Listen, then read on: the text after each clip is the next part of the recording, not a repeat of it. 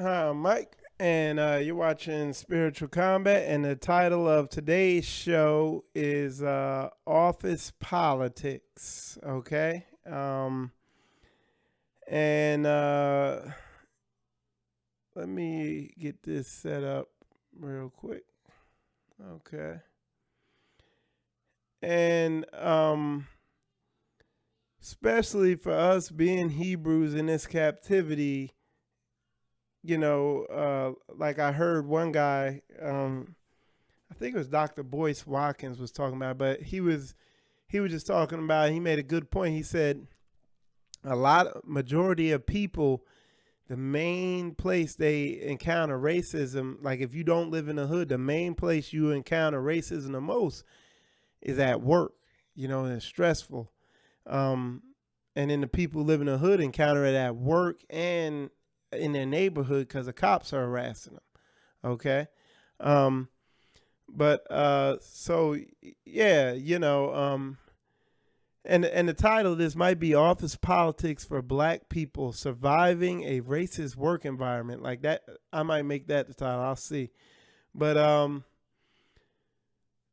one of the biggest things, when you get in an office environment, cause and I was in the military and I saw it a lot in there, is you gotta watch everything. And let me tell you this: the people who will do the best in a corporate environment where the office politics are pretty heavy, and in any environment really where there's office politics, the people who would adapt to this the best would be people from the streets, like your drug dealers and stuff like that, because the same rules apply that apply in the streets. If you used to be a drug dealer, the same rules apply in an office.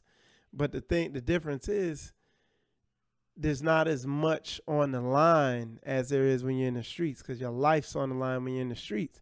But when you're in the streets and you selling drugs or doing whatever you're doing out in the streets, you gotta watch everything. Like if you selling, you gotta watch. You got the fiends coming up. You gotta watch them. You got the cops.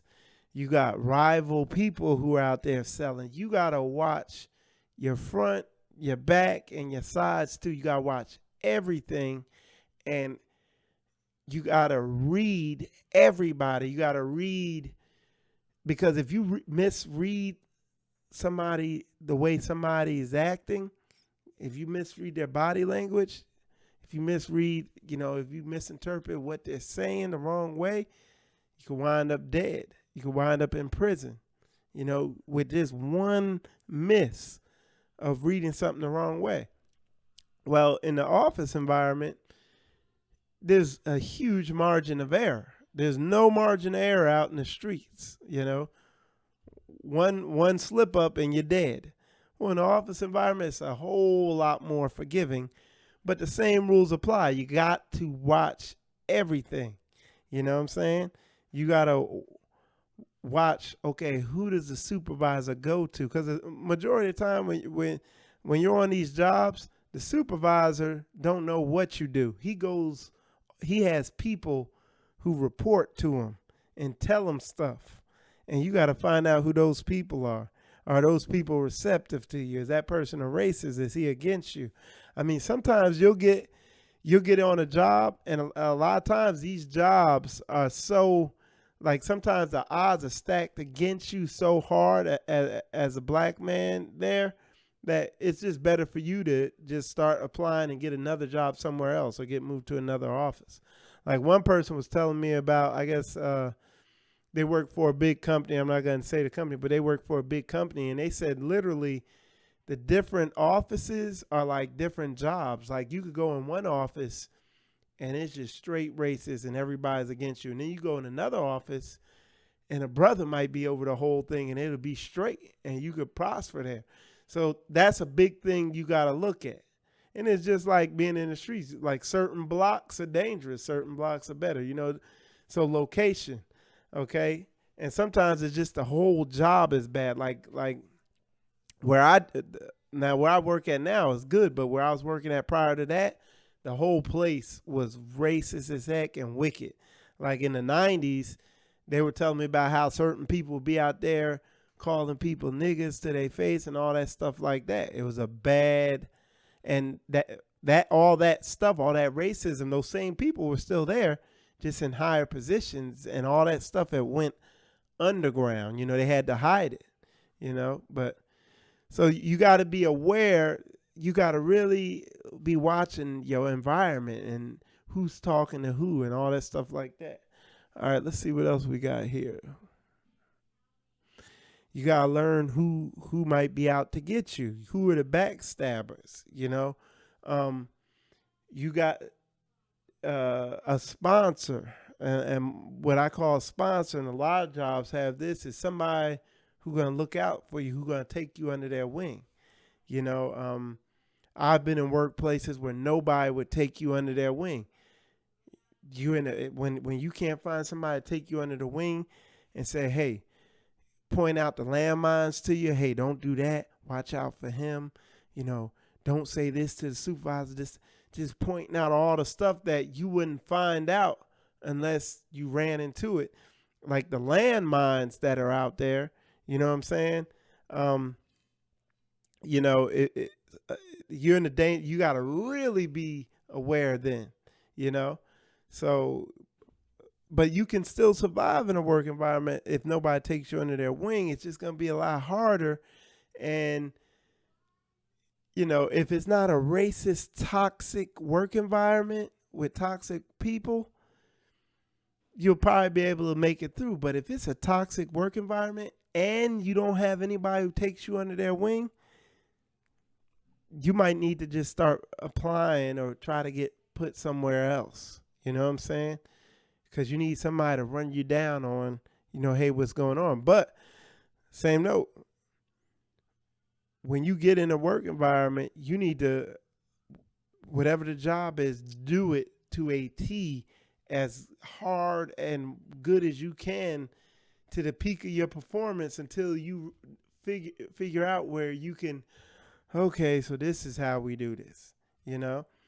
Or until you find somebody who takes you under their wing. And make sure, because you'll get people who take you under their wing. We had a dude like that in the shop I came from, where I used to work. He'd be the first one, come take you under their wing, be real nice to you, all that. And behind your back, be finding out how he could push your buttons and be throwing you under the bus to the supervisor behind your back and all that. Dude was a racist, you know what I'm saying? So, I mean, this is a volatile, wicked dude, you know what I'm saying, that operates like that. And you got him out there, you know? So make sure the person who's taking you under their wing is really taking you under their wing, and make sure he's not really trying to, you know, get you fired or something like that. Okay. So you got to figure out what the supervisor likes. A lot of times they'll tell you straight up, you know what I'm saying? Hey, I want you to be here on time, and, you know, this, that, and the other, and they'll lay out what they want, you know? And then a lot of times somebody will come and say, hey, this is what he wants to see. Like I had a supervisor, he feels like, hey, you're a man, you're a grown up, you're adult. You shouldn't be asking me for stuff. You know, like if you're coming asking me a question, you better had exhausted everything, like every single possibility. I don't want to be here thinking for you. Like that was his big thing. And if you came in there and asked him something and he was like, well, did you do so-and-so? And you go, oh, then I mean, your stock value just went down big time. So you got to watch everything. That's what I'm talking about, y'all. And I'm showing you all the little things you got to be looking at. So like I said, where does the boss get his information? Who are his informants? And who are his informants? And are you cool with him? Can you be cool with him? You know what I'm saying? So that's a big one. And can you get along with the people in the shop? You know, because like, again, the racism is subtle now, you know, and I see it big time now. Like, And the people who are racist wouldn't even call themselves racist. I'm not mad at them for being racist. You know what I'm saying? But you gotta watch. Hey, who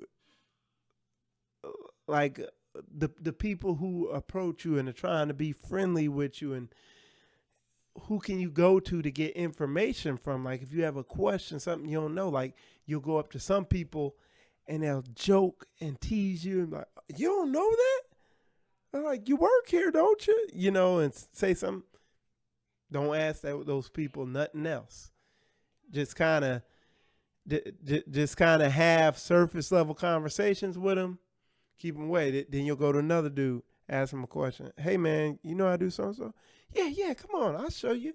And they'll show you how. But make sure he don't turn around and be like, man, this idiot didn't know how to do. You know, you gotta, and you can know that by just watching them. Like there's a dude in my shop now. He'll talk to you, but then I've watched him talk to somebody and then come and say, yeah, you know what that dude did? Blah, blah, blah, blah. You know? So he's just being friendly so he could gossip more. You got to watch out for them dudes. Don't tell them what you're doing. You know, feed them with the long spoon.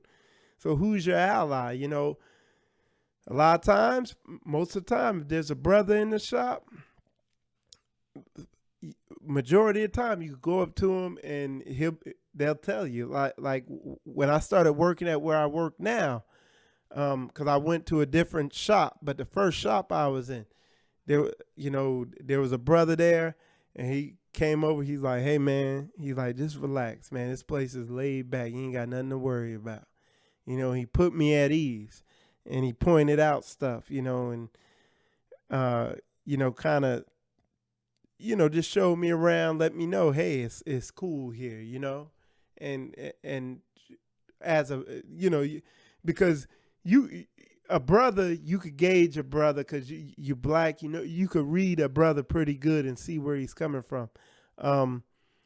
White folks, they shady sometimes, man, and it's like you gotta keep your guard up with them because they'll stab you in the back. I hate to be that way, but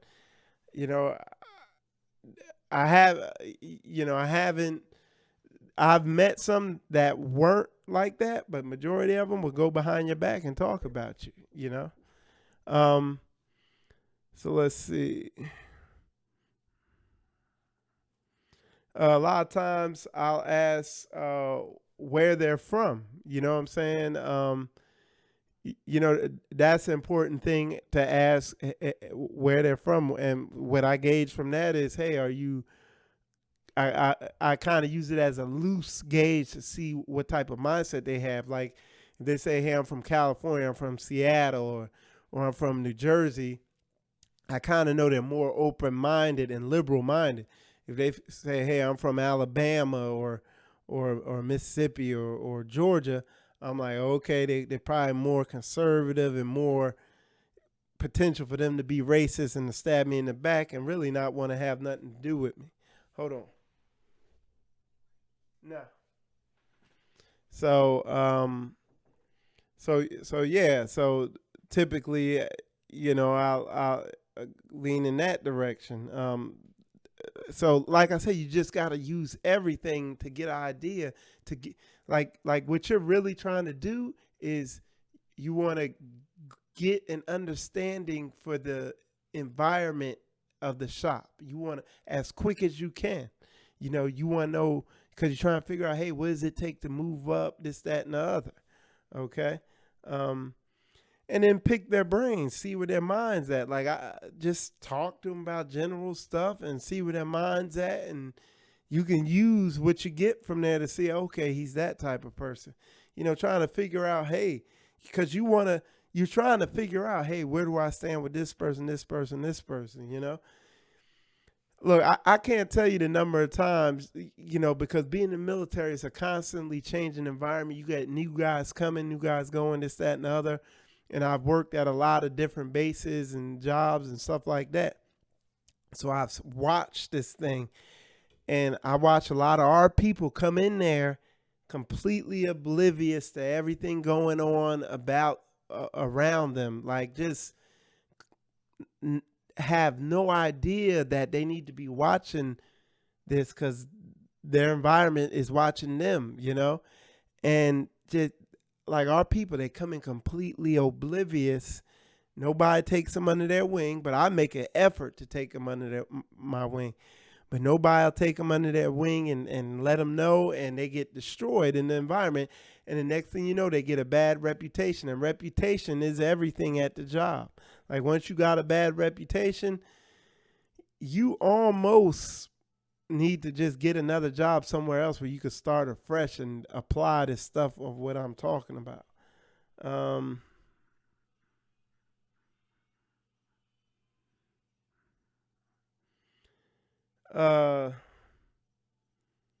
So yeah, that's those are the things you need to look out for.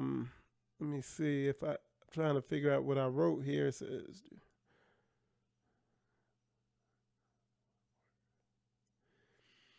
so yeah, and some of the stuff I've seen, like I've like the job I had before. There was one shop in particular. It was highly political. The job was the job they had to do was so simple, and there was rank to be made there, so anybody could do the job. So it was all politics, and I watched black folks go in there and just get destroyed through the grinder. And the one dude who did kind of do good there would just humiliate himself in our race. He when the supervisor would say something to him, he'd be like, "Yes, sir, massa, yes, sir," and be joking around with the slavery thing, and it was a disaster. So you really certain you really got to evaluate that environment and figure out, hey, do I really even need to be here? Like, is this a toxic work environment? Because if you go in a toxic work environment, it's going to mess you up. You end up, like I've watched people go into toxic work environments and just stay there and become alcoholics, end up having to see psychologists and get on antidepressants, just trying to move up in this toxic work environment, just lose their mind, get demonically oppressed or possessed, have nervous breakdowns, go through divorces, whatever. So you really gotta, it's big to be a bit. This is a big statement here. Is, hey, make sure you're in a work environment that is, don't. It ain't always about the money, because if you lose your mind, you ain't gonna know how to spend the money. All right. So, so I got some Bible verses to kind of back up what I'm talking about. It says, "Be sober, be vigilant, because your adversary, the devil, as a roaring lion, walketh about, seeking whom he may devour."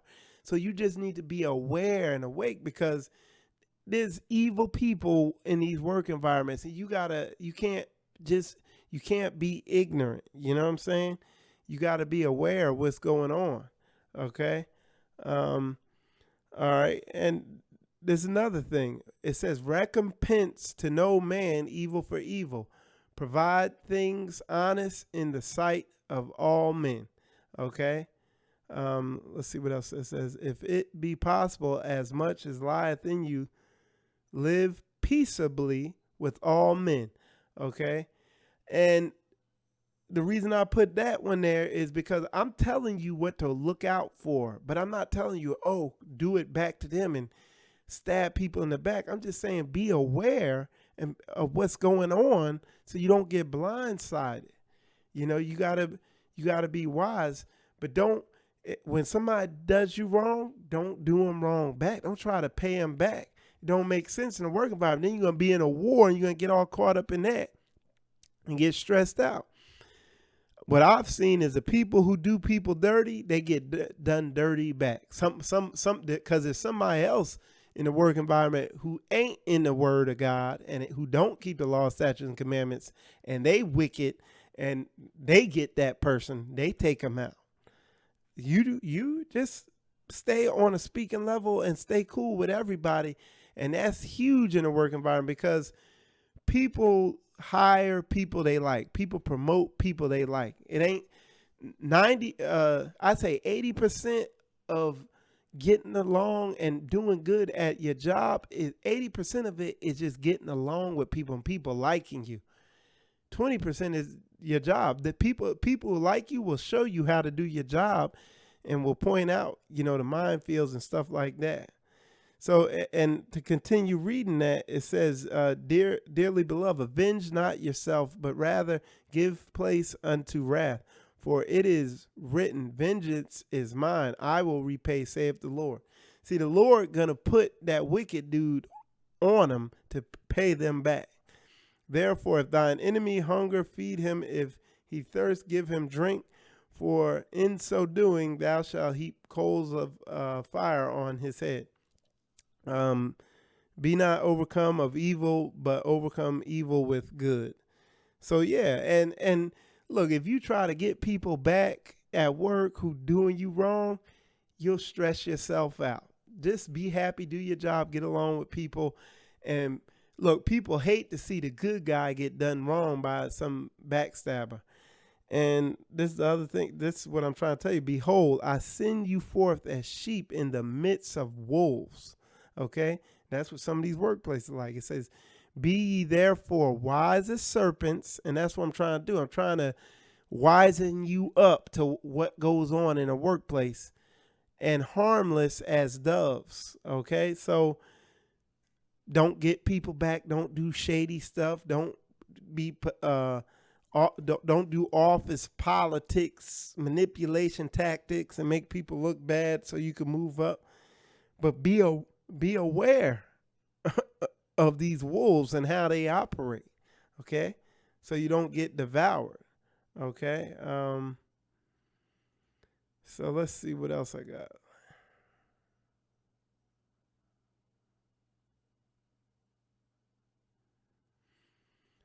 All right, so it says, this is 1 Peter chapter 2, verse 17. It says, honor all men, love the brotherhood, fear God, honor the king. Okay. And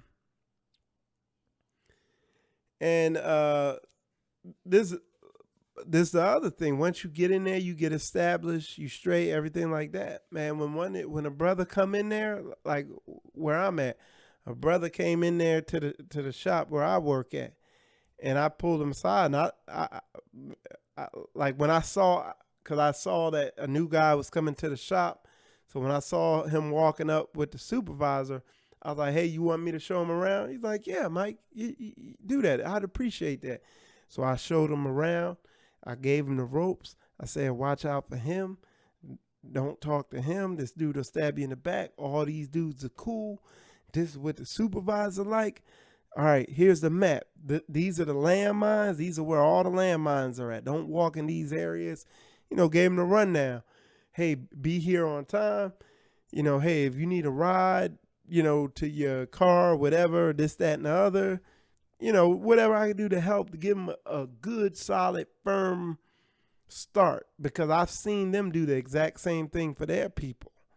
See, my last job where I was at, in that one shop I was talking about where it was real political, I watched white dudes come in and they take them right under their wing, point out all the landmines, give them the rundown. They good. Then I'd watch a brother come in. Everybody just kind of sit back, wait for him to step on the landmine. When he steps on the landmine, does something wrong. Oh, you're an idiot, man. Why'd you do that? This, that, and the other, knowing that it was going to happen. Then sometimes you get a brother who come in and he's real wise and he gets it and he got this knowledge I got. And he already figured out where the landmines are at. And what they do to him is they try to joke with him and tease him. Hey, you lazy. What you doing sitting down? This, that, and the other. Man, you ever going to get that job done? Teasing him. Trying to still make him look bad. It's certain environments you just need to get out of, because they will mess you up. They'll make you wicked, because it's just so many wolves, it's pointless. Okay? So let's see. It says, a naughty person, a wicked man, walketh with froward mouth. He winketh with his eyes. He speaketh with his feet. He teacheth with his fingers. Frowardness is in his heart. He deviseth mischief continually. He soweth discord. Therefore shall his calamity come suddenly. Suddenly shall he be broken without remedy. Okay, so that's again kind of reiterating those the wicked people you see at your job, that you might run into. It says, and this is Ephesians 5, verse 11. It says, and have no fellowship with the unfruitful works of darkness, but rather reprove them. And reprove means reprimand and censure. And the reason I put that in there is sometimes you'll run into people that are just so wicked and so manipulative and deceiving, and just they got all these underhanded ways. You just need to cut them with straight truth, because straight truth cuts like a hot knife through butter. You know what I'm saying? And that's how you got to deal with them people sometimes, and just really have nothing to do with them. I mean, because they just wicked. You know what I'm saying? Let me see. So that's pretty much it for this. For that, I think I got one more scripture. Let me read this. I threw this one in here. It says Proverbs 24 verse 1. It says, be not thou envious against evil men, neither desire to be with them. So again, that's what I'm saying as far as just when you identify those wicked backstabber people. You're working with them. You got to see them every day. Keep the conversation short. Just give them surface talk and just have nothing to do with them. For the heart studieth destruction, and their lips, it says, for their heart studieth destruction, and their lips talk of mischief. Through wisdom, though wisdom is a house builded, and by understanding it is established. And by knowledge shall the chambers be filled with all precious and pleasant riches. So again, it's just I'm reiterating the point, man. Don't like literally, because the job I worked, the wicked people, sometimes I had to work face to face with them. So I would just, avoid having, just keep it to a minimum. And if I could avoid working with them, I would. Just have nothing to do with them, because they were just wicked. And you could feel that wickedness coming off them. So those wicked people at your job, have nothing to do with them. Avoid them. Physically try to stay away from them. And then you'll minimize their backstabbing on you. You know what I'm saying? But some of the dudes I work with, they were so wicked, they would almost force themselves to be around you. So like some of the dudes would just make sure they had some information on everybody at all times. Just studying wickedness, pure wicked people. And like I said, when you're in an environment with too many people like that, you just got to get out of that environment. Okay. So, so anyway, that's it for our office politic things. I hope that helps you on your job, and, makes you more aware of what's going on around there, because you gotta be smart and aware of everything that's going on, but don't get caught up in it. Anyway, I'm Mike. You're watching Spiritual Combat, and have a nice day.